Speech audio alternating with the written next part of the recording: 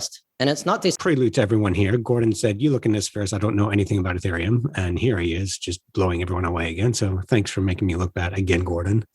You're welcome.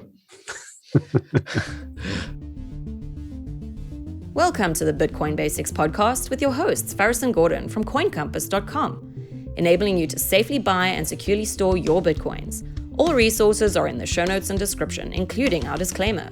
Visit bitcoinbasicspodcast.com to subscribe and discover other free content.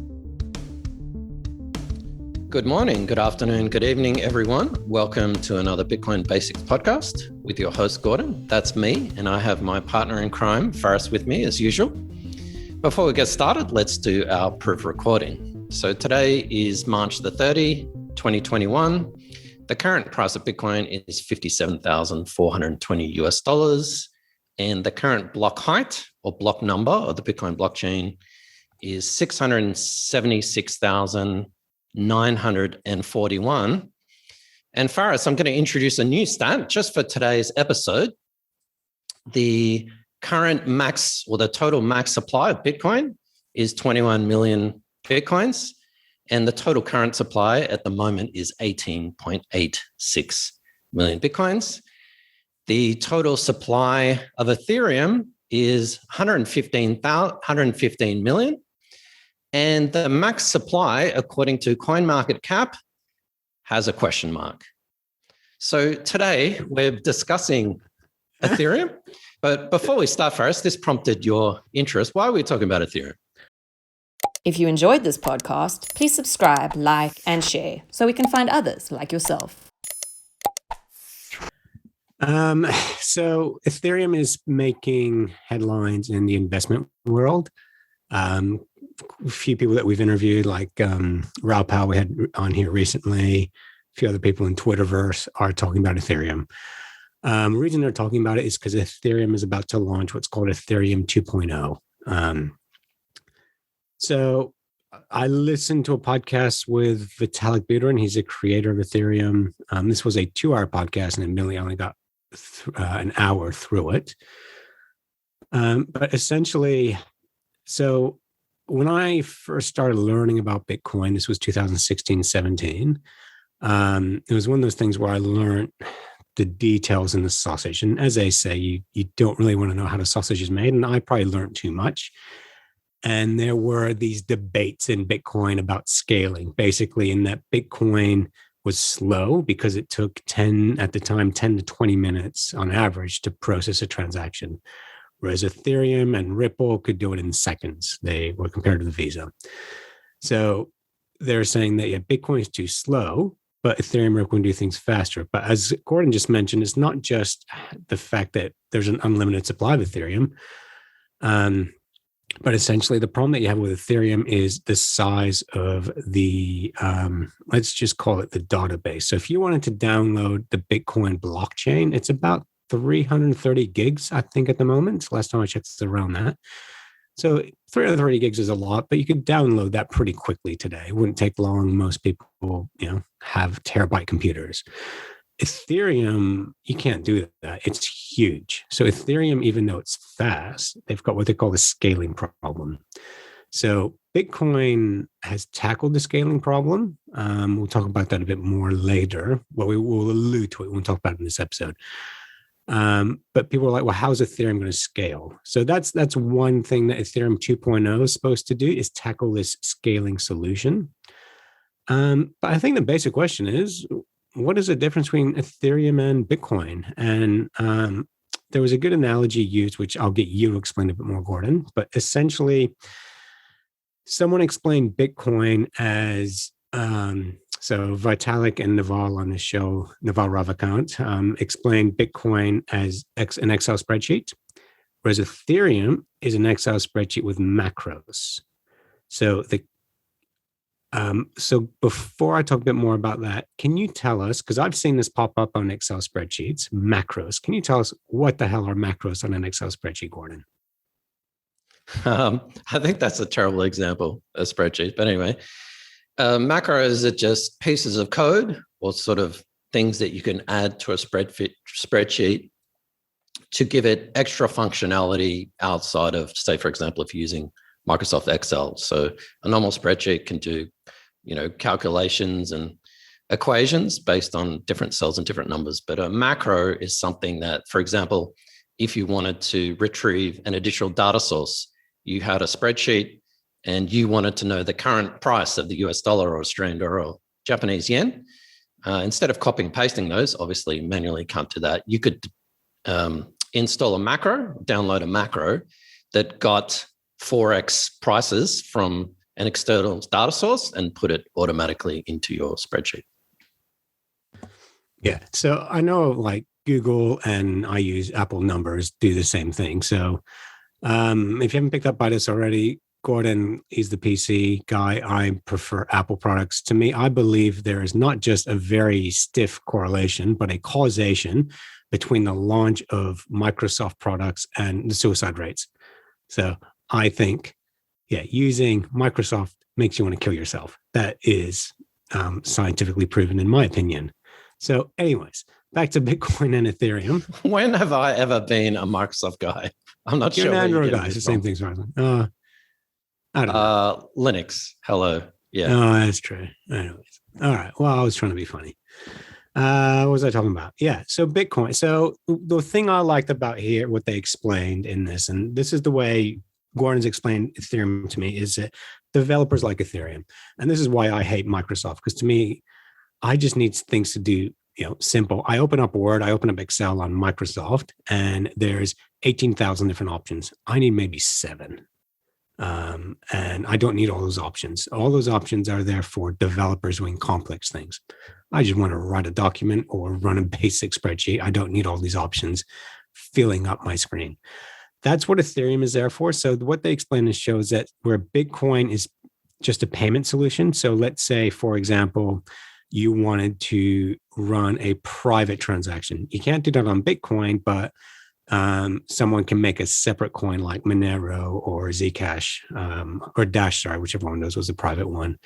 If you wanted to get involved in, say, putting deeds to property on the blockchain, you can't really do that directly with Bitcoin. You have to go and launch a separate coin, a separate token. So what was happening 2016, 2017, Bitcoin was basically like a Swiss bank account. It was like gold. It served one purpose, to store wealth. If you wanted to do separate things, you would have to create a separate coin that was based on the technology of the blockchain. With Ethereum, what they're saying is you can do all that on Ethereum. So rather than going and creating a separate blockchain that has a separate purpose, Ethereum does what's called smart contracts, where on the Ethereum blockchain, you can add in, create this whole new contract. So that's why Ethereum has a scaling problem, because they're building on top of the layer 1 chain. So, and they went on to talk about how payment processing on Ethereum is a lot faster. Well, Bitcoin tackled that, and I'd refer to our episode where we talk about the Lightning Network. Basically, Bitcoin was slow, but they figured out a way of keeping layer 1 secure and making payment channels faster. So the main thing that Ethereum offers is it is a tool for developers to say, this is what we can do, and you put it on the Ethereum chain. As I said, I only got halfway through this interview, and Vitalik started to explain what Ethereum 2.0 is going to look like. And it's going to be a combination of layer 1 and layer 2. So layer 1 is keep making the blockchain bigger. Layer 2 is side chains as well. So I think there is some buzz in the investment community saying we're about to launch Ethereum 2.0. If it's successful, Ethereum could go from $2,000 to $10,000 very quickly. So that's where the narrative is at now. It is a speculation. It's kind of like investing in a company before earnings are due. If you're expecting earnings to do really, really well, and they do even better than you're expecting, and you're in early, you see the price go up. So that's kind of why we're talking about Ethereum now, because there is some buzz about it in the community. Do you have a question about Bitcoin? Coincompass.com/ask to record your question, and we'll answer it on an upcoming episode. So whether your question is technical, non-technical, economic, political, fundamental, it doesn't matter. There is no question too basic or too complicated for the Bitcoin Basics podcast. Coincompass.com/ask. So with that, Gordon, what is your take on Ethereum scalability? You mentioned several things there, Faris, and I'm going to completely ignore your horrible analogy to do with operating systems, because Apple's a white-collar prison. Linux is kind of like you're living in the jungle, so you could definitely be killed by tigers, but you have ultimate freedom. And Microsoft is, I don't know, maybe it's a state-run prison. I don't really have a good analogy for that. So in terms of technical differences, I think we could talk all day about the differences between Bitcoin and Ethereum. And in doing this, I did some research and whatnot, but I don't really think that's useful because you've got two different purposes. And a lot of people compare Ethereum and Bitcoin, it's like Coke and Pepsi, got different flavors, but actually it's not. It's, comparing, say, Coke and beer. They're two different things with two different purposes. And also, what is your perspective? Is your perspective as a long-term investor? Is your perspective as an IT guy or a programmer who wants to build apps and, become employable? Or is your perspective for some short-term gains and speculation? They're three completely different things. And the answer to some of them might be Bitcoin and the answer to others is Ethereum. So to keep this podcast short, because we could talk forever, I really think the technical differences aren't that they're worth talking about. And they might be interesting, but you're kind of comparing a tank with a Ferrari. At the end of the day, different purposes. And if you're looking at investing, and I made a sarcastic remark at the very start of the episode about the max supply, it really does come down to, well, which is the harder money? And Bitcoin 21 million is the harder money. Ethereum supply at the moment is 115 million, but who knows? When Ethereum was launched in 2015, 60%, or 100% at that time was crowdfunded and basically what is called pre-mined. Bitcoin started from a Genesis block 0. Anyone could mine Bitcoin. So a lot of Bitcoiners call Ethereum a scam for that reason. I'm not against crowdfunding, but today something like 60% of Ethereum is owned by the co-founders, by the Ethereum Foundation. So that point alone, and the fact that you don't know what the current or the max supply is going to be, I don't think makes Ethereum a good investment. And we can talk till the cows come home about scaling and version 2.0 and all these upgrades and stuff like that. But it's kind of meaningless because if I'm to be blunt, and by the way, I do like Ethereum and the technology and some of the blockchain projects they're doing. But if we're comparing apples with apples and we're comparing blockchains and blockchains, you look at the main attributes of a blockchain and you look at centralization and decentralization. Ethereum is not decentralized, and it's not decentralized for two reasons. One, the CIA, the NSA, SEC, whoever could call up Vitalik and say, stop that Ethereum thing, or the Ethereum Foundation. It could certainly target certain developers, to stop them. And there's sort of a real world legal jurisdiction that could happen there. Also, as you mentioned, Faris, to run a Ethereum full node, let alone their archive node, you need 4 terabytes of data, a hard drive with more than 4 terabytes, and a really fast CPU. So you're talking about a computer of at least $3,000. You can run Bitcoin on a $5, $10 computer or an old computer sitting in your garage, maybe with a small upgrade to the hard drive. So that means Ethereum is not, I wouldn't say centralized, but it's definitely not as decentralized as Bitcoin. And that has the effect of, well, it can be controlled. The second thing is it's not transparent. A lot of these digital apps, or what we call dApps, they run on these fancy websites or mobile phone apps, whatever, but they don't actually interact with the blockchain directly. So you may be using a finance app or a game or anything, but you're not actually dealing with the Ethereum blockchain directly. You're dealing with a database. Because the Ethereum blockchain cannot scale and it has got too many transactions, what developers do is they actually create a database to basically suck the Ethereum blockchain into it. And then when you're using a website or a dApp with Ethereum, you're actually interfacing with that database, not the Ethereum blockchain. And thirdly, and I would say probably the most significant difference is Ethereum's been rolled back. And I know Ethereum people hate that, but there was something called a distributed autonomous organization, a DAO. in 2015, 2016, where a lot of people lost their money. And the Ethereum blockchain was rolled back. And you can argue whether that was a good thing or a bad thing, and whether saving people from losing their money. I personally think it's good for people to touch the stove, because then they kind of understand that maybe they shouldn't touch the stove. But the Ethereum blockchain was rolled back. So even though that happened once, it might not happen again. Just that lack of confidence that something like that could be done in the future, and it is highly centralized amongst a few developers, means that, I'm sorry, Ethereum is not immutable.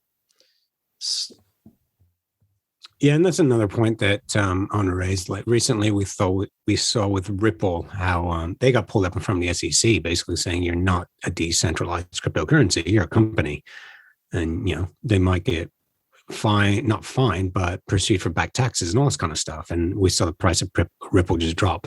The exact same thing can happen with Ethereum. Vitalik gets called in. You guys aren't a company. You need to be registered. So, yeah.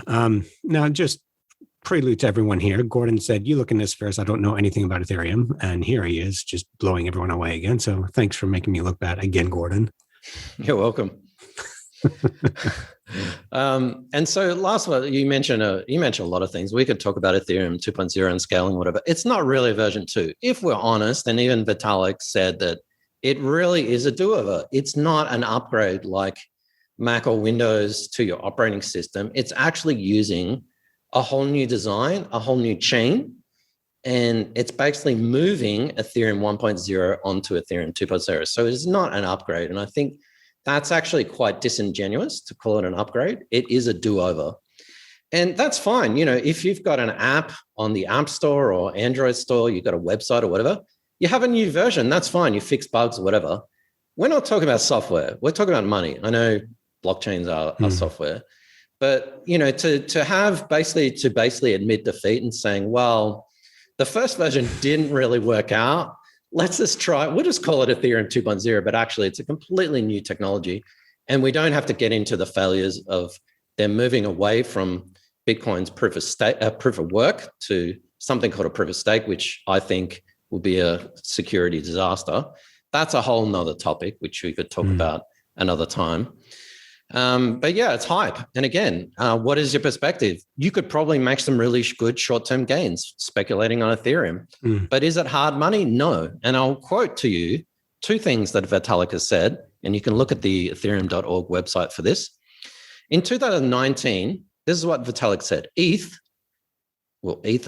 absolutely can be money if the community wants it to be. And then in 2021, he said, I do think that the Ethereum community wants ETH to be sound money. So one of the founders, co-creators of Ethereum, basically admitted that Ethereum is not sound money. It's not hound money, but it could be if I decide that we want it to be. Yeah, that's an argument for another day, because we could say the same thing about Bitcoin. So anyways, we'll have that conversation another day. Let's try and invite Vitalik on, and let's do so before he listens to this interview. Yeah, absolutely. And so I think we need to separate the technical differences from the economic differences. And you could argue that Ethereum is a more exciting, innovative, faster growing technology than Bitcoin. And I do think it is. But in terms of an investment, a sound investment for your retirement, for your long-term savings, it's not hard money. And the founder of Ethereum has admitted that. So that may be an annoying answer. But, a lot of people use this analogy that Bitcoin is gold and Ethereum is oil or petroleum, gas. And so in terms of usability and functionality, Ethereum definitely has more functionality than Bitcoin. There's no arguing that. There's so much happening on the Ethereum network. And in the past, we had ICOs, we had NFTs, and now we've got DeFi, decentralized finance, and all this sort of stuff. And next year, it'll be something else. That's exciting. It really is. And you've got, X on the blockchain. But if you're looking at investing, I don't think you can go past the hardest money, and that's Bitcoin. There'll only be 21 million. That won't change. And that inflation, it can't get inflated away. So I think that fact, and it hasn't been rolled back and it won't be rolled back. I think that fact alone pretty much answers the question. Yeah. I agree wholeheartedly, but yeah, we have more conversations about this, and I think we should. All right, that's it from me. Gordon, you have anything else you want to add? You always have to get the last word in, so I always do, and Ethereum has moved its narrative from being a world computer to now it's a smart contract platform, and that's a really interesting idea. I'm not saying it's not. Nick Szabo was actually the first one to mention this notion of smart contracts, but smart contracts are neither smart nor a contract because they're just pieces of code and they're not enforceable in the real world. So a lot of people get excited when they put, title deeds of apartments on the blockchain or university degrees on the blockchain or this on that. And it's like, well, that's great, but you come to a judge and just say, here's the Ethereum link to my title deed of my house. That's not really going to fly. So not saying that shouldn't be pursued. And there are people trying to get the legal requirements and certain laws around the world sort of up to date. But I mean, we're basically got the problem in that we're trying to reinvent the wheel. We're trying to make everything that's analog in the real world onto the digital world, onto the blockchain. Yeah. And some things we don't live on the blockchain. The reason why Bitcoin is successful is because there's no real world input. Every single Bitcoin transaction basically is pure mathematics. Whereas with all this thing that we put on the blockchain, you've got this real world input, which means there could be errors and corruption or whatever. So we've discussed that before. So I would say interesting project, Faris. Ethereum is super interesting. It's the number 2 coin. Could it potentially give you more gains and more profit than Bitcoin? Maybe, but it's definitely not sounder money. So invest in gold, don't invest in oil. Okay. So fair enough. Thank you for listening, everyone. And Gordon, where do you want to send people today if they made it to the end of this podcast? I want you to have the last word, Faris. Should someone listening to this, maybe they've got a bit of Bitcoin, should they invest in Ethereum? I wouldn't. If you're speculating, even then, and in all fairness, I did have a long Ethereum position, which I closed out a few weeks ago. I thought the percentage increase in Ethereum was going to do greater than Bitcoin, but it didn't. And if you look at the charts, they're very similar at the moment. Best way to gauge is you can compare Bitcoin US dollar versus Ethereum US dollar, but actually just go to TradingView and type in ETH-BTC, and that's the price of Ethereum against the price of Bitcoin, and it's just going straight down. I was going to mention that at the start of the show and show a graph, because you can look at any altcoin, pretty much anything in the top 20 against USD, and it's going up. So everything's going up. But if you compare Ethereum versus Bitcoin, it's actually, as you said, it's going down. So why would you invest in it? Just invest in Bitcoin. Yeah, Bitcoin is the whale. Everything else is the plankton. Okay, I'll leave it at that. Thanks for watching and listening. Visit bitcoinbasicspodcast.com. You can find access to all our social media platforms, podcast, YouTube channel. You can also ask us a question. And we do have an upcoming Q&A. So coincompass.com/ask if you want to have your question answered on an upcoming episode.